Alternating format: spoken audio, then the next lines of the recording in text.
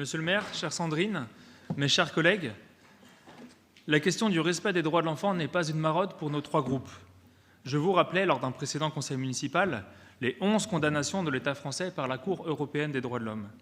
Je vous rappelais alors, mes chers collègues, à quel point l'enfermement des enfants est une source importante de stress et d'angoisse, qu'il est violent et traumatisant et qu'il constitue un traitement inhumain et dégradant, quel que soit leur âge. Eh bien, pour les enfants à la rue, c'est la même chose, sans compter qu'avec l'arrivée de l'hiver, ils subissent des conditions météorologiques éprouvantes.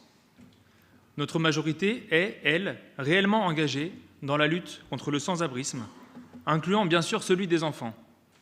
Nous pallions comme nous le pouvons aux carences de l'État, notamment, et nous sommes malheureusement obligés de continuer. Je dis malheureusement, car l'État semble avoir décidé de ne pas assumer sa responsabilité en matière d'hébergement d'urgence. Aussi, notre ville fait des efforts inédits pour mettre les familles à l'abri. Et plusieurs délibérations que vous nous présentez aujourd'hui, chère Sandrine, en sont des illustrations concrètes. Nous votons en effet régulièrement la mise à disposition de logements vacants destinés à l'hébergement d'urgence, alors que cela ne relève pas de notre compétence, faut-il le rappeler. De même, cela ne relève pas de la compétence des directions de l'immobilier et de l'éducation, ni de celle du CCAS. Et pourtant, ils travaillent et s'investissent sans compter. Je salue vivement leur engagement. Je les remercie sincèrement au nom de nos trois groupes. Voilà pourquoi nous sommes si fiers de notre service public. Nous refusons également l'expulsion des personnes mises à l'abri dans les écoles. 13 sont aujourd'hui occupées.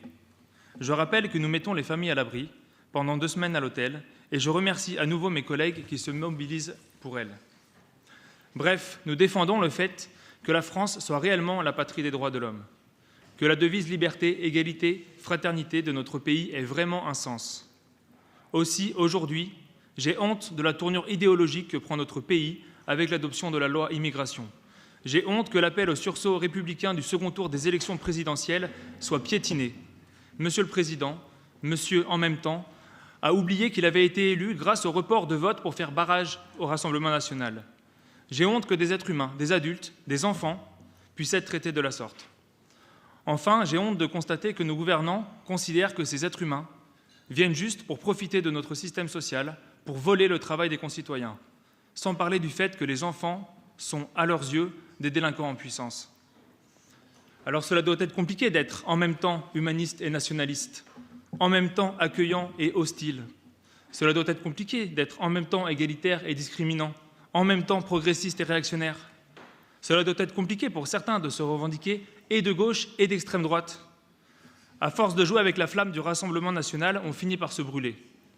Mes chers collègues, au conseil municipal de septembre, j'ai dit que j'étais certain que nous partagions ici le principe du respect de la dignité humaine, au-delà de toutes nos divergences politiques. Mes chers collègues de l'opposition, cette délibération et les 2 prochaines permettent la mise à disposition de bâtiments municipaux pour l'hébergement d'urgence. Vous avez sans doute relevé que certains enfants et leurs familles mises à l'abri sont sans papier. Les députés et sénateurs de vos groupes ont voté la loi immigration.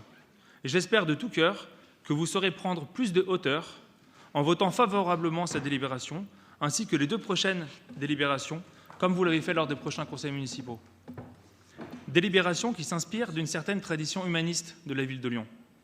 Et je pense que nous pouvons être fiers de nous inscrire dans cette histoire. Mes chers collègues, et de gauche et écologistes. Pour ce qui concerne nos 3 groupes, nous allons bien sûr les voter très favorablement.